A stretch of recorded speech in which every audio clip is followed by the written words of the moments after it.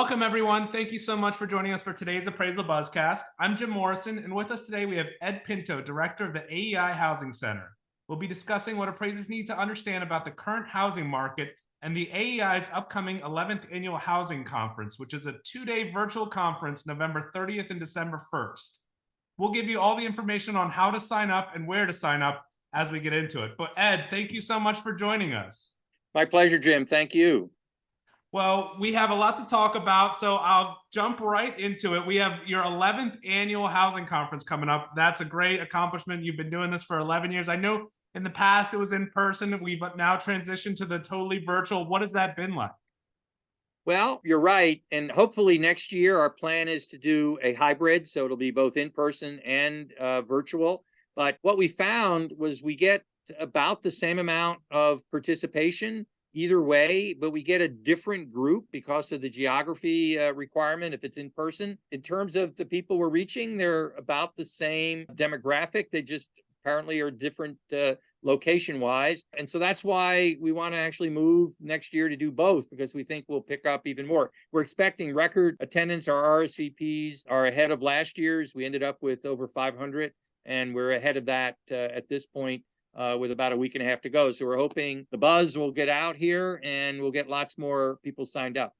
Well, I know I'm really excited for it. I'm signed up for it. We're going to put it on the screen for anybody watching, but for anyone just listening, you go to www.aei.org/events/11th Annual Housing Conference. And this is completely free, so there's no reason for you not to sign up and come check this out. All right, well, Ed, let's get into talking about some of the topics that we're going to talk about at the conference. Just give them a little bit of a teaser. One of the things that I know appraisers have been dealing with is the pipeline has been shut down for a lot of housing because of the crazy spike in interest rates. Can you talk a little bit about how we came about that and what that means and maybe what's to happen in the future?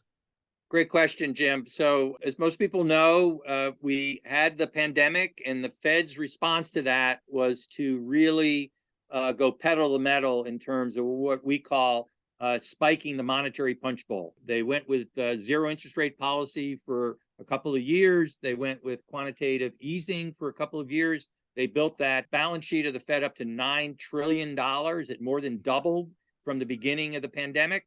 And all of this pushed interest rates down. It created mass refinance opportunities, 4 trillion plus origination years, and a very strong purchase market with house price appreciation going gangbusters. House price appreciation during the pandemic from mid 2020 to the peak in mid 2022, up about 38%. That had never happened before.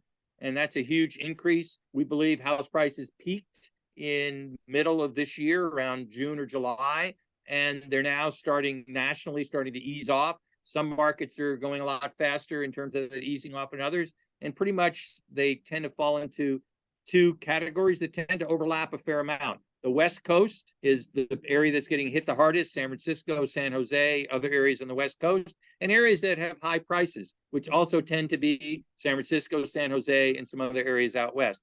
There are other areas around the country that are starting to move downward. In fact, most areas are moving downward. We'll be updating on all of that, giving the history, giving what's going on today, and making our forecasts about where we think house prices are going nationally. We are just getting ready to come out with our October house price appreciation numbers in the next couple of days. We'll be reporting on those at the conference.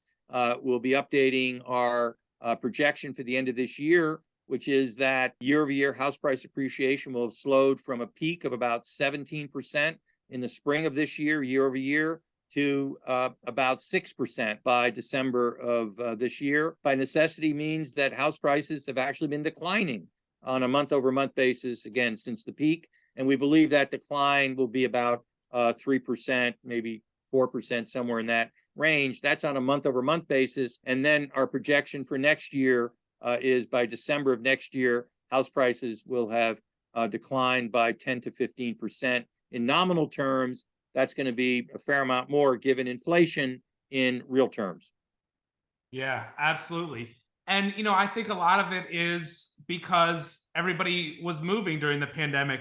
Do you think that as we were getting over the pandemic, do you think there'll be a case where people will start moving back to the cities and bring new housing influx back to the cities? Or do you think we've started a new era where we can all work remotely and there's no reason to be in the major cities as much? Well, another great question. So we follow some research that's done, well-known research in the work from home area that others do. And the benchmark is pre-pandemic, and the data go back couple of years before the pandemic, I think 2017 or so. And about 5% of the hours that people worked were being worked from home. That went up to 60% during the part of the pandemic shutdowns, and then is backed off to 30%, which is, rather than looking at the cup being half empty, I tend to look at it being half full. That's 6 times the level when it was 5%. Yeah. And it is stabilized around 30%. And it's closer to 45% of those who can work from home. So not everyone can work from home. So that 30% includes both people who can and can't. When you eliminate the people who can't work from home, you get to 45%. And that's a very high percentage. And we think it's going to stay high and going to trend higher over time. So that's one tailwind that's going to continue.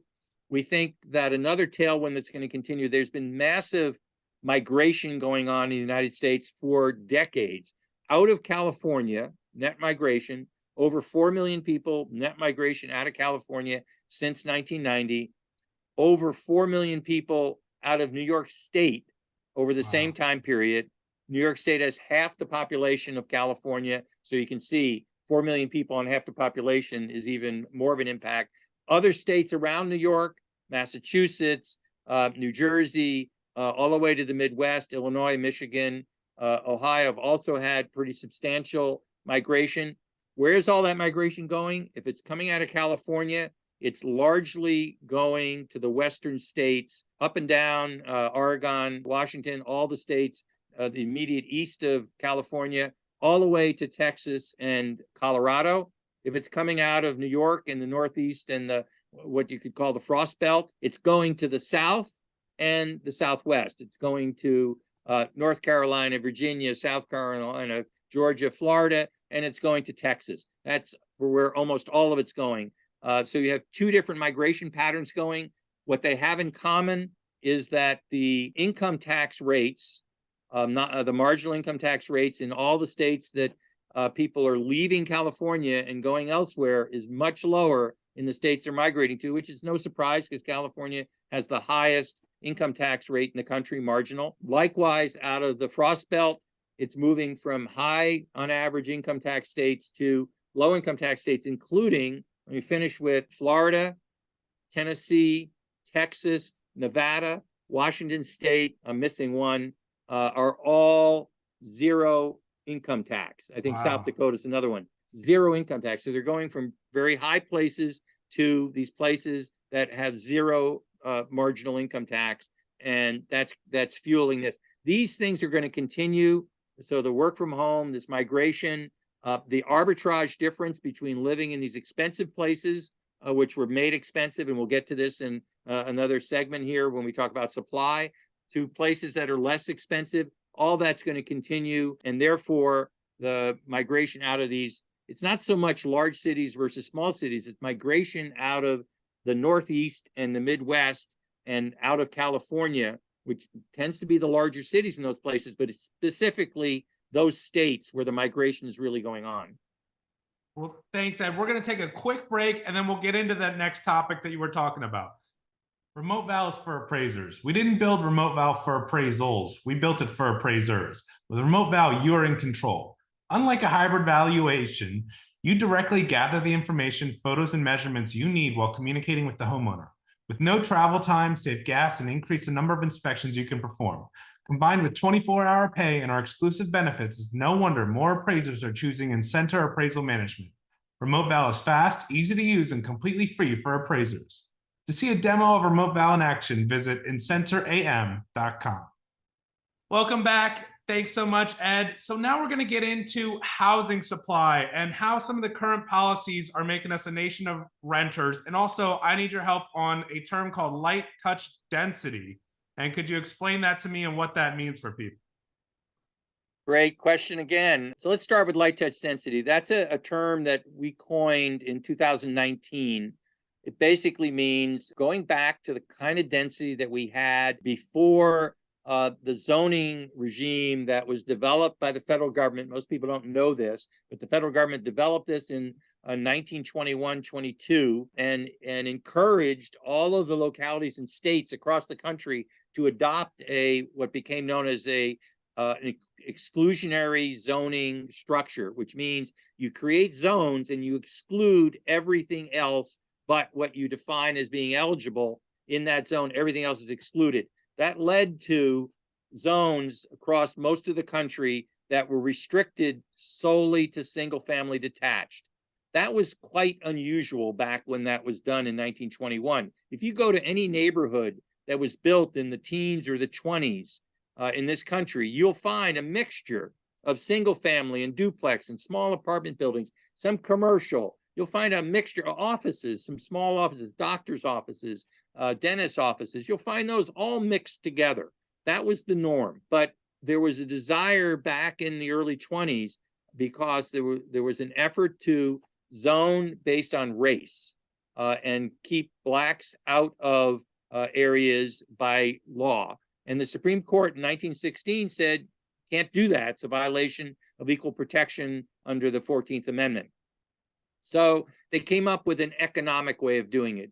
And this is going to sound crazy today, but they basically said, look, if we can make housing that and restrict it to single family detached, we can make that housing so expensive that blacks can't afford it. And they were also trying to get Southern Europeans and Eastern Europeans in the same boat to not be able to afford it. They said, if they can't afford it, then we effectively can keep them out. And that was the design. So they basically went to very low density compared to what had been the case. They went to setbacks and side yards and front yards and square footages and all these different things that made it just more expensive. Now, the housing compared to today was still relatively inexpensive, but it was beyond the reach of the people that they intended to keep out. And that lasted for a long time till today. So light touch density basically is, let's go back to where it was and get rid of the exclusion and go back to these light types of density that can be introduced. They're residential. If you go to the federal definition of a mortgage, it's called mortgage single family 1 to 4. So the federal government recognizes 1 to 4, but zoning basically says 1 only. And so that's what light touch density is. As a result of those zoning restrictions and what became known as not in my backyard, we ended up really restricting the ability to not only build a sufficient number of units to meet demand, but also made it very expensive. We made land very expensive, and the appraisal profession knows this. Land has gone up tremendously. The rule of thumb is that land should be about 20, when you're developing new, it should be about 20% of the cost of the sales price of the total sales price of the house. 80% should be for the structure. When you have a developed area that has some amenities that are attractive, that percentage might go up some to 30% or 40%. But it shouldn't be like in California, where you buy a 1950s style Rambler that was the entry-level home in 1955 at 12 or 1,300 square feet. That house today costs $1.3 million in San Jose. Wow. It's still the same 12 or 1,300 square foot house built in the 1950s. It's still the same starter house, except it now costs $1.3 million. Why? Because the land is worth $1.1 million and the structure charitably may be worth $200,000, the residual land, the residual structure value. And that's the problem. And the way I describe it is, it's as if you decided the only kind of automobiles you're going to build are Ferraris. And if you only build Ferraris that sell for $100,000, two things happen. One is you don't sell that many Ferraris. Not that many people can afford to buy one. And secondly, the price of all used cars goes skyward. And well, that's what's happened across the country. And again, San Jose is the perfect example. They build very little new housing. The median new house costs $2.5 million. So they don't sell, there aren't very many people who can afford those. And the median price of the existing home is $1.3 million. That is the Ferrari example. We need to change that and get back to what normally happens in a market that's called a filtering market. A filtering market is where you're building more supply, and that supply is at the midpoint of the existing stock. Think of the automobile industry. You're building more towards the midpoint, and that then frees up all kinds of used cars and used homes, taking the analogy, that are then made available, and rentals that are made available because people are moving out of those lower priced areas and into this middle part of the market. And that is adding lots more supply there. And you're able to have this filtering going on. We shut all that down and when we throw out light touch density. So do you think that, these policies that are making us a nation of renters, how can they get out of that? And is it just we need more supply, or how do we fix this situation? We need more supply. It needs to be in the middle. And we'll be going over at the conference. We've done a lot of what we call natural experiments, looking at how markets actually work. We have a new one that we'll be releasing about Seattle. And Seattle actually converted a chunk of the city that was zoned single family, converted to what was called low-rise multifamily. Well, remember, the definition of multifamily in zoning is more than one unit. Yeah. So 2 units is a low-rise multifamily, 3 units is a low-rise multifamily, 4 units the same. So this freed up areas that could be built with 2, 3, and 4 units, basically light touch density. And they got an explosion of units in those areas. And when you look at the single family areas that were still restricted to 1 unit, they got virtually no new additions. Number one. Number two, the price of this low-rise multifamily, again, 2, 3, and 4 unit structures, was at the midpoint of the price of what was selling in Seattle. So again, it met that middle spot, and you got a lot of filtering opportunity. Whereas, what do you get? And appraisers, again, know this. What do you get when you restrict an area to only single family detached is the only legal use? Because when you value a parcel, it's valued at its highest and best legal use. And if it's restricted to 1 unit, that's the legal use. You get a McMansion. And so we can show that what you get, if you don't allow this light touch density, you get a $2.5 million McMansion, which again, very few people can afford. And you're just replacing 1 unit with 1 unit. You've actually moved backwards. You've taken a $1 million house off the market, which is what the unrenovated one was that you tore down, and you replaced it with a $2.5 million house. Why? You can't put the same house you tore down that was 1,200 square feet. You can't put that on a $1 million lot. No appraiser would say that's not the highest and best use as a single family for that lot. The highest and best use for that lot is to build $1.5 million of improvements on $1 million lot, which gets you back to a 40% land share.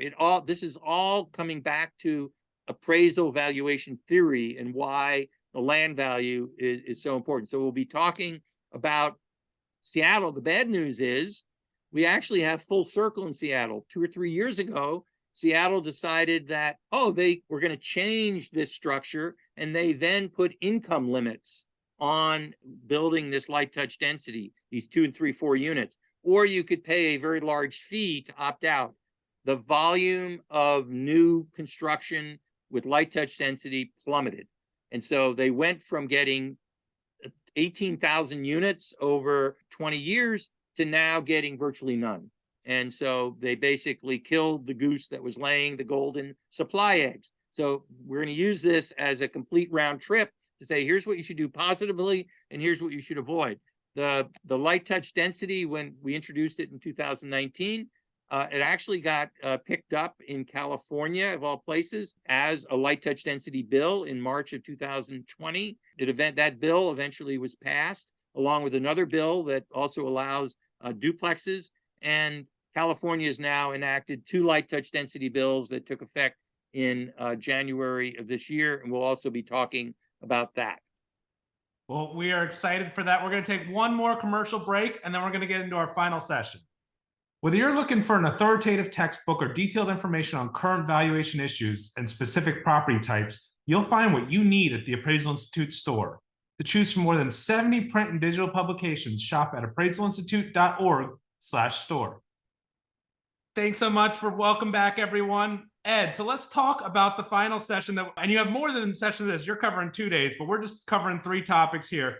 Let's talk a little bit about some of the systemic racism and systemic disadvantage that you guys have studied in the housing market. Great. So as many of you know, we've been doing this work for a number of years, started about 2.5 years ago, and we've published many different studies. We'll be going through those studies quickly, just reiterating the work that we've done and how it's built. One is built on the last, et cetera.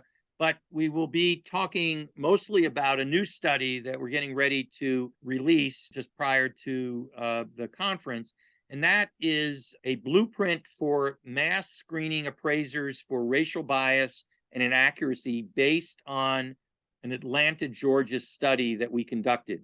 So we actually got actual appraiser data on appraisals, and we're able to analyze those appraisals by appraiser for Atlanta and look for racial bias and look for 2 types of inaccuracies, just what we would just call general inaccuracies. They could be high, they could be low. They just were inaccurate. You could call that incompetent, but they were just inaccurate or sloppy. So is there some incompetence that is being mixed in with this data that's being confused for racial bias? Yeah. And so when we look for racial bias, we're comparing white borrowers with black borrowers and looking for that.